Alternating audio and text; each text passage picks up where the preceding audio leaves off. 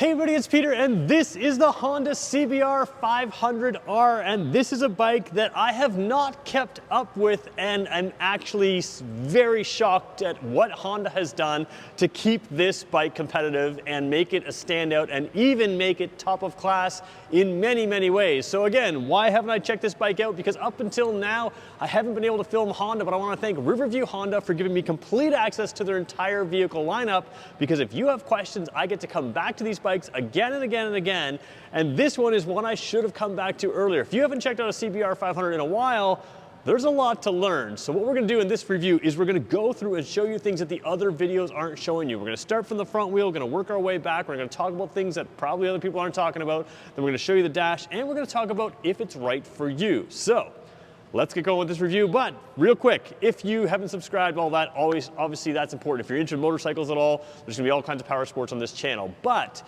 if you wanna help me out, just watch to the end. I'd really appreciate it if you could do that. That helps my channel out. The more I can grow, the more access I get to more things and more fun videos for you. So let's get going with this review.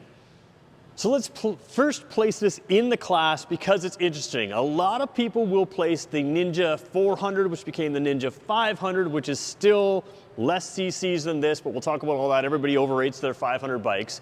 The Ninja 500 does make a little bit more horsepower. And for some people, when you're looking at a beginner bike, you want to get the most amount of horsepower for the displacement. And if that's the case, then that's your bike.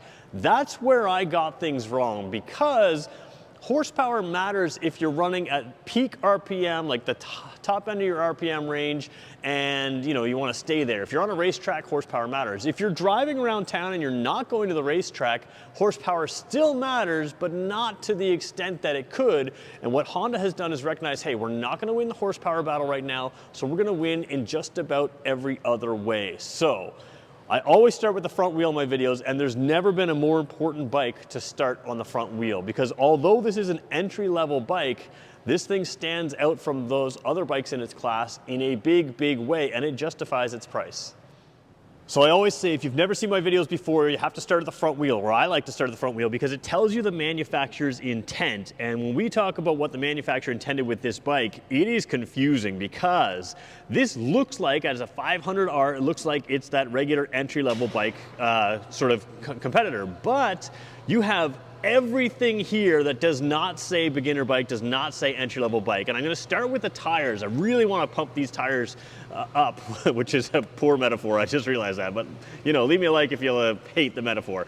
All right, Michelin Road 6 tires. You can't get these on entry-level bikes. These are what I'm gonna probably upgrade my Kawasaki Z900, which is a 950cc 4-cylinder, makes well over twice the horsepower of this. I'm probably gonna upgrade to this tire. So what this tire is a sport touring tire. First of all, it's known for its incredible longevity. The mileage, the distance you can get, the miles you can get out of these tires are incredible. That's a huge thing. They're also fantastic in the rain. But the bigger thing is that these tires warm up and give you really good grip even at cooler temperatures. Now, if you're dealing with a 500cc bike that's not going to be on the racetrack, you want tires that are going to warm up and give you good grip while cornering, even if you're not, at the racetrack. If you're not running at 1000cc, getting those tires nice and hot, you want something that's got good grip on the corners. And these tires are probably perfect for this bike because they don't have to get that warm. And on the roads, on a 500cc bike, it's hard to get tires hot enough to have a better spec sport tire get warm enough to actually give more grip. So long story short, these tires are going to give you better grip than even higher spec race tires or other tires in that class, simply because this doesn't have to warm up. It's gonna have better grip at the speed you're gonna be riding this bike at. Really fantastic tire here. But it doesn't stop there. You've got, instead of a single disc here, you've got dual discs, which is, very rare, very, very rare in this class. So dual disc brakes, so right away, great grip and cornering, great stopping power. The radial mount calipers, which is what you see on super sport bikes, it's more stiffness here. It's gonna give you a better feel and better performance, to be frank. And then the suspension. We're gonna talk about the suspension. It's not just upside down suspension, it's very high-end Showa suspension, which you would not expect to see in this class at all. So what you have here, oh, and there's one more thing, tire size. on something like the competitors, well, almost every competitor, is a 110 width on everything else. It's a 120 width here. What that means is that the tire size, front and rear, is the same as super sport bikes or bigger bikes in the class, which means any tire you want to get for a sport bike, you can replace these with, but I don't think you could do better for this bike than these tires. They really are the best tires for this. The compound, the polymer or can't remember the name of the compound, but the compound, the tread, the life, everything is really, really good for this bike. It's a brilliant choice, and it's not a cheap choice, a very expensive choice to put on here. So great job, Honda, with suspension, brakes, tires, and wheels. Awesome job. So let's talk the engine on this bike. Not a lot to see, and I think that's Honda, you gotta give Honda credit too. They really fared this bike up as a proper sports bike. So you've got the sports bike handling and braking, you've got the sports bike body here, and in behind this, you have an engine that is going to be cheap to insure, incredibly reliable, great on fuel efficiency, but is it fun? I think it is. The difference is going to be where some of the bikes in the class only make power at the very top end and you're always revving it out. This one has a little bit of a nice torque band in the middle, and where that's going to make a difference in most bikes is that that's generally where you ride. Now in these smaller bikes you do still rev up higher because you can stay legal by revving out the gears. This bike still makes good power up top. The number isn't class leading, it's just a hair under 50 horsepower. I think the very top class leading is just a hair over 50 horsepower, but the point is it's right on par with everything but the very best, but it gives you a little bit more torque down low. So it's gonna feel a little bit more torquey in the mid-range when you're on the streets, which is kind of what you want. If you wanted a bigger, faster bike, you would buy a bigger, faster bike. This bike is all about revving it out, driving around in town, doing your daily commutes, and always having fun. It's tied to a 6-speed transmission, so that's all fully modern. And some people are gonna say the engine is the letdown on this bike. What I would say is the engine is completely class competitive, also known for its reliability, which is a good thing, also known for its fuel efficiency, which is a good thing, but everything else on this bike is a big step up. So let's talk about the riding position on this bike, because true super sports with the type of braking, suspension, and everything else that this bike has, in tires that this bike has, tend to be pretty uncomfortable. You're leaned a little bit forward, which is going to be great for the racetrack. I think the people buying this bike are going to be using it on the streets, and you could take it to a track for sure. But how is it for regular commuting, regular driving? Well, you have a really good mix. You have a comfortable leg angle here for me. You've got the fairings that fit nicely around there. I'm about 6 feet tall. There is no possible way I can bend my heel down to hit the exhaust. That's one complaint I have about the Kawasaki Ninja 500. You're clear. It feels like a bigger bike in the sense that you don't feel cramped up and small like you can on some other types of bikes. You've got room to move around in the seat even as a 6-footer, which is good. So there are other bikes in this class that are much smaller, more compact in the seating position. Now there is a forward lean, but it's not an aggressive forward lean. You're gonna have some wind protection here from the windshield here.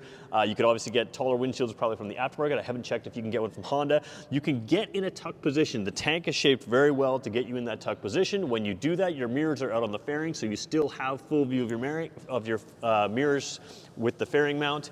And that means that you can drive this on the track if you wanted to. And I think I might do that with this bike.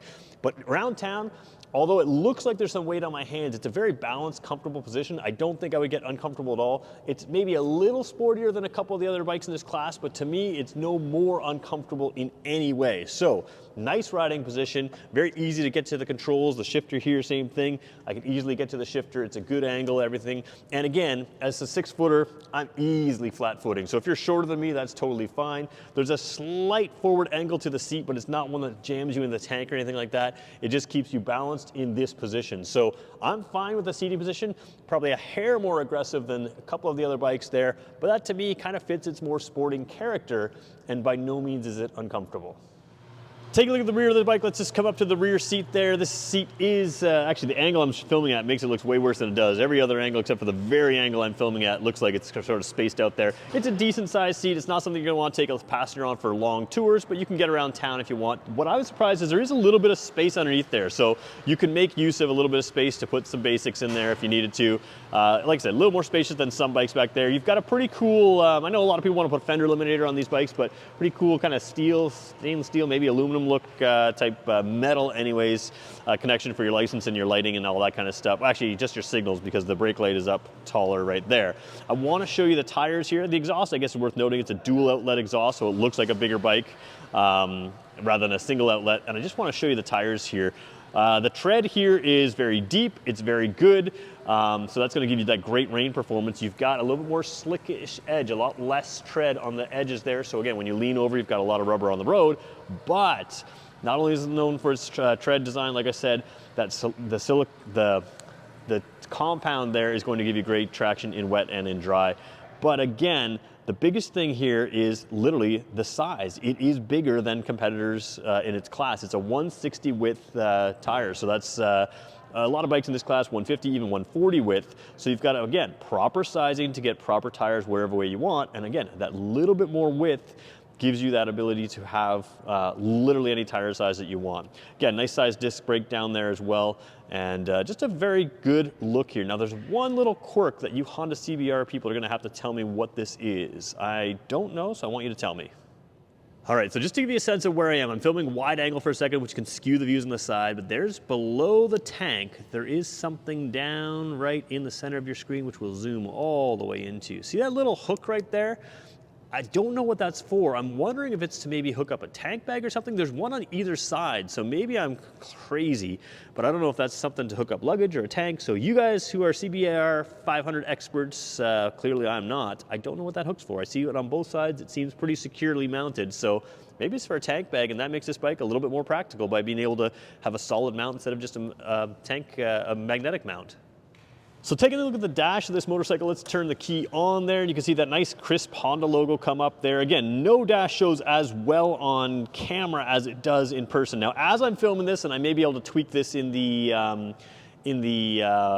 editing later, it is a little bit yellowy on the camera. So again, it's just not displaying as well as I'd like it to in person. So if I say this is clear and you don't think it is, trust me, it is a nice clear dash. So a lot of things going on here. Remember I said a little bit lower RPM rev limit, so just over 8,000 RPM there. Oh, it went black and light, so I guess there's a sensor right there somewhere where I put my hand. Maybe down here is the sensor. Anyways, long story short, as you saw, it can invert. It can go black and white and black. Now again, this bike hasn't got any miles on it, hasn't got anything done. I've just connected the battery for the very first time here. Actually, we've rigged up a different battery so that your battery is brand new when you buy this bike. That's one thing Riverview Honda does. All right, let's take a quick look at the dash. We won't do a full tour, but you have a nice little joystick command here. So down the bottom here, you have your total kilometers there showing.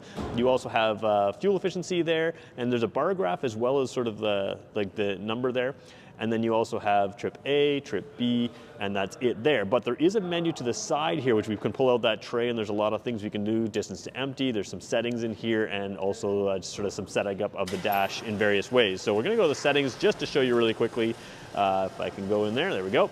So you can set up your shift points, so it can tell you when to shift. That's one thing this bike does, is it gives you an idea of when you can shift, which is just nice to have, especially if you're a newer rider. I think if you're an experienced rider, you probably just ignore it altogether, but you can change things here in the background, the brightness, display type, all kinds of things, general information, service information, all right there. So there's a lot of options, and what I like about it is, let's just go back in there again. When you do that, you still have your speedometer up. So if you were driving, you shouldn't really be playing with your dash when you're driving, but you would still have at least your speed there. So coming back out here, pulling that tray away. Nice, clear, easy read dash, 6-speed transmission, neutral's light lit up in green, and of course it just shows you the numbers there as well.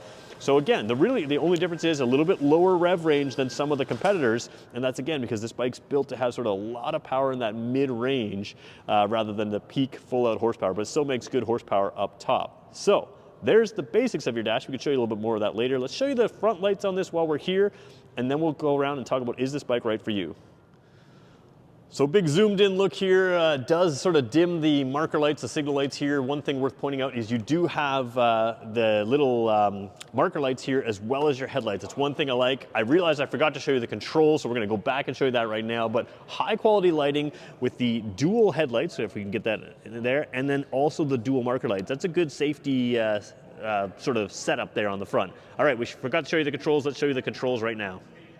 So when we talk controls, a lot of bikes in this class have a slipper and assist clutch, and this one is the same. Honda says it makes it half as light as it would be without the slipper and assist clutch. So slipper and assist clutch does a couple things. One, if you just dump that clutch without rev matching properly, you can run the risk of sliding your rear tire as this breaks the tire. What the slipper and assist clutch does is it allows the clutch to slip to reduce that risk of slipping the tire. It's a nice safety feature. It's also a race feature. It's also the side benefit is it makes for a very light clutch lever, and as you have a smaller displacement bike, you're going to be shifting a little bit more than on a bigger displacement bike potentially, although I still end up in a higher gear even in town anyways on a bigger bike, but this does make it very easy to shift. Now up here you've got to pull out to lock on your high beams, and then you put it down to the regular headlights, and then you have a flash to pass right there. So still have that trigger there. Let's show you a little different angle on these lights right here, or these switches right here. So taking a look at the switches here, this is, I believe, a traction control light. I haven't played with the dash enough to figure out what that's doing exactly, but I believe it has a traction control symbol. Horn down here, signal there. The horn kind of blends in, which I like. It doesn't feel like you're going to accidentally hit it by just like running across. Signal light down low. If you come from something like a Kawasaki, the signals are usually up and the horn is usually down, so it's a little adjustment there for some people. Honda people know exactly where to find that stuff. Now this is a little joystick. Like I said, that's what I was using to move things up and down. Nice to have that sort of multi-control there, so you can do everything from one hand right out on your right side thumb. Now, I will show you the controls on the other side because this bike has a feature I really, really like. Let's talk about that real quickly.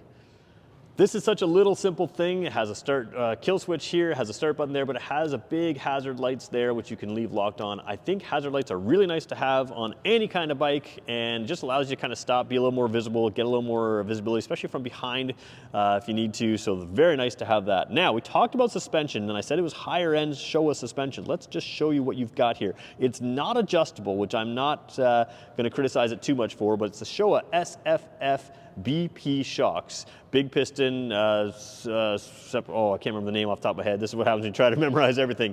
Point is, these are high-end shocks for this class of bike. You've got great tires, great shocks, great brakes. This bike is going to be a handling champion, and the rear suspension matches the performance of the front. So really nice to have in this class. Let's talk about it. So let's talk about who this bike is for. Well, of course, anything in this 500cc class is going to be something that I would highly recommend for a beginner. But what you have to know as a beginner is your choices have really multiplied. If you need a true beginner bike, you could buy a used bike, which is going to be something that, hey, you could drop it because it's used and it is what it is, and it maybe costs a little less. If you want to get a bike that you're going to grow with, and what I mean by growing with is if you want to experience motorcycling and learn to really drive, this is a highly recommended bike by me because, like I said, I didn't realize how much Honda had stepped up the tires, the brakes, the suspension on this bike.